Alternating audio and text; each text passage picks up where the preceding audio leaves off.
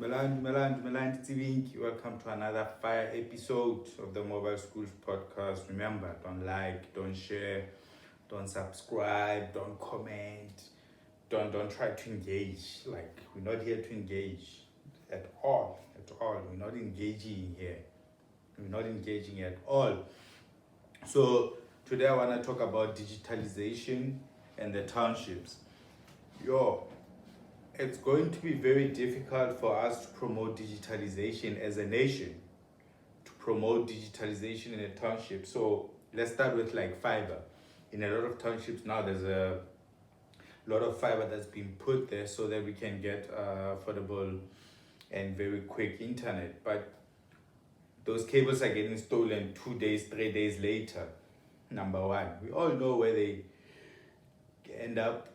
The police are involved, community members are involved, some of the people who installed those fibers are involved, and it's very hard to pick them out because sometimes they go there to steal while wearing their uniform and we're thinking, oh, maybe they're fixing something, only to find out they're just stealing it back and they're going to sell it to some scrapyard.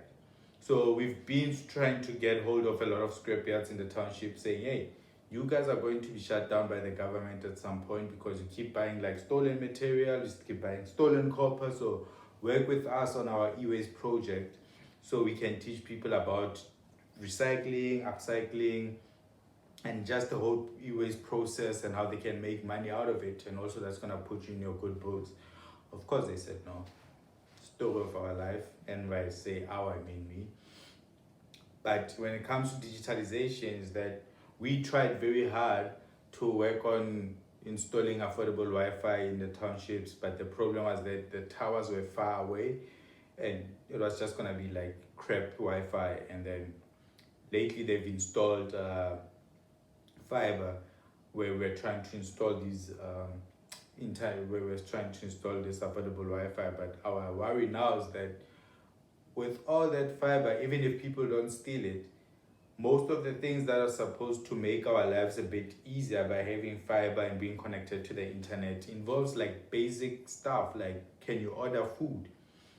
So this is where this topic started, when I realized like Uber Eats is not going to operate anymore in Soweto. They still gonna try to make it work, but it's not gonna work because there's a situation where there are people who are taking like Uber bikes who are making deliveries.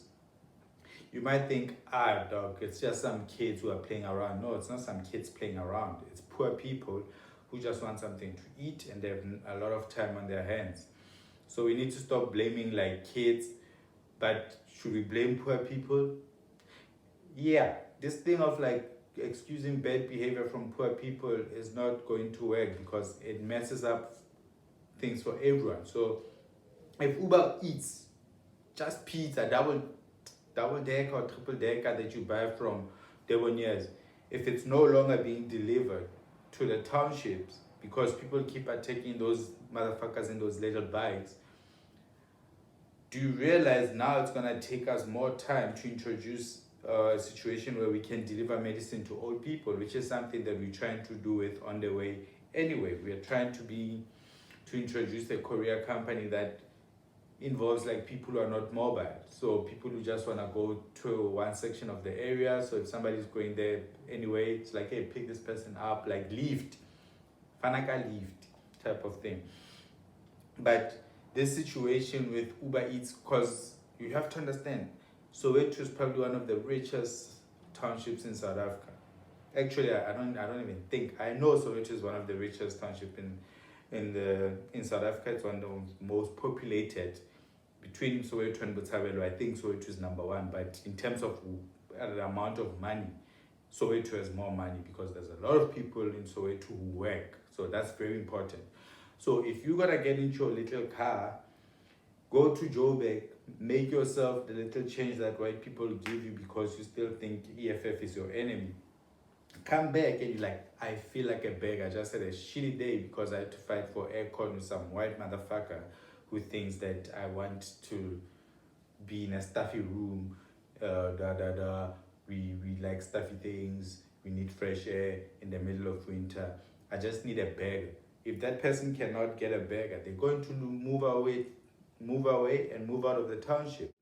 And of course, I see most of you posting like these big mansions in the township, like, yo, no, don't leave the township, improve and develop the township.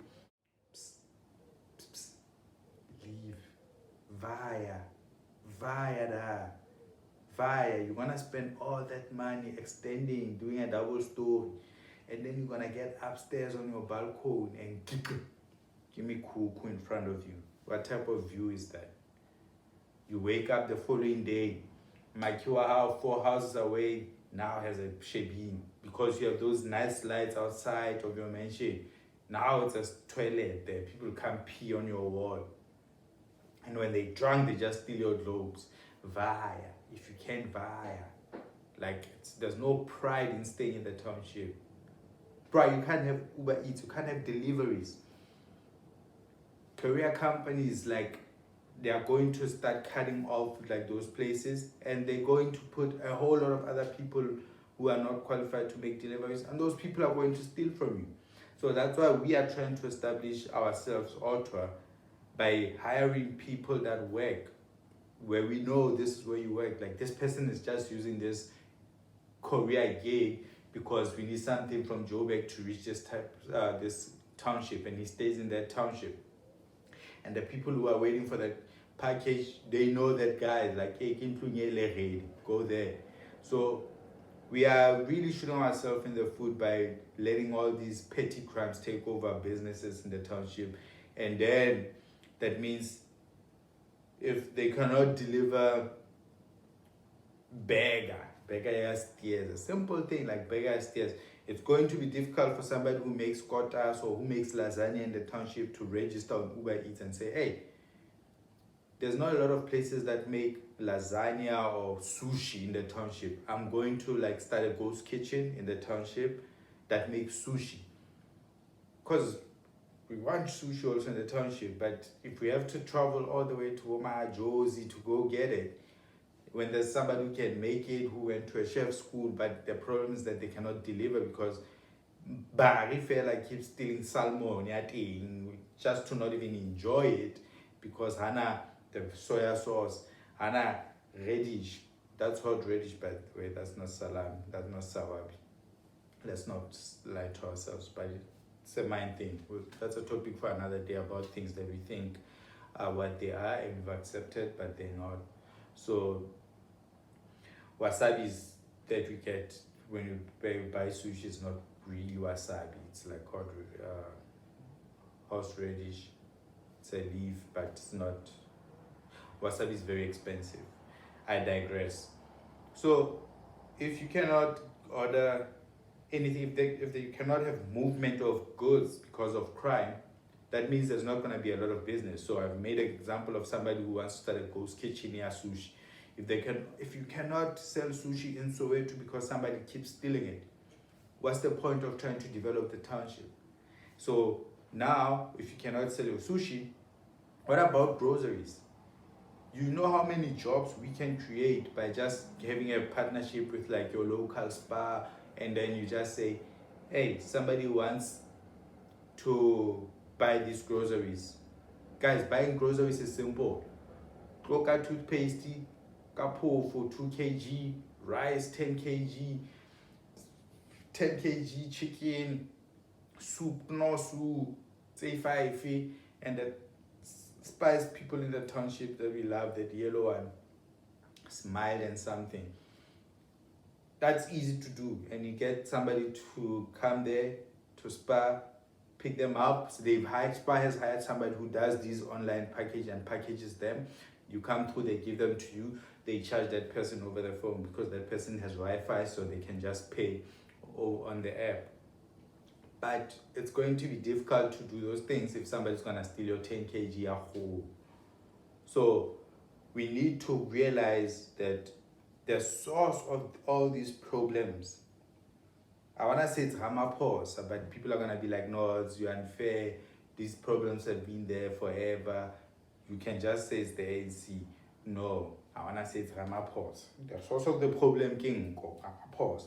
But I say all this to say that we are shooting ourselves in the foot, and to digitalize the townships, we have to realize that it's going to be impossible when the crime rate in the township is so high. And if you have to leave, hey man, just do it.